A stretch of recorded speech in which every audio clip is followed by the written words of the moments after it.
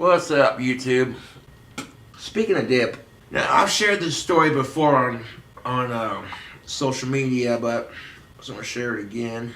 So the story I want to share with you, I was riding my bike to the C85 liquor store over by Conoco in North Casper. I didn't have enough money for a beer, so I'm like, it's whatever.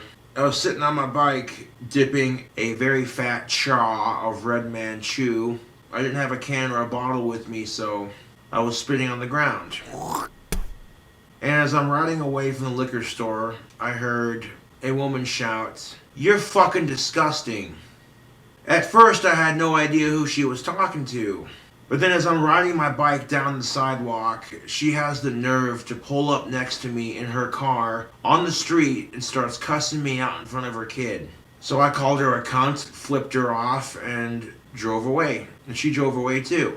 You don't have to like chew. You don't have to think anything good about it if you don't want to. If you think chewing is gross, that's your opinion. You're entitled to it. But driving up to someone who has autism and just start yelling at them in the middle of the street, that's where I have a problem with it, YouTube.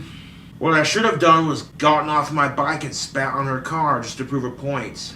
Well, I told my friends that story, that they're like, "You should have spat on her car, that would have been funny as fuck." And I'm like, it would have been, but it would have been too far. Sometimes when you're dealing with haters, your best option is to take the high road.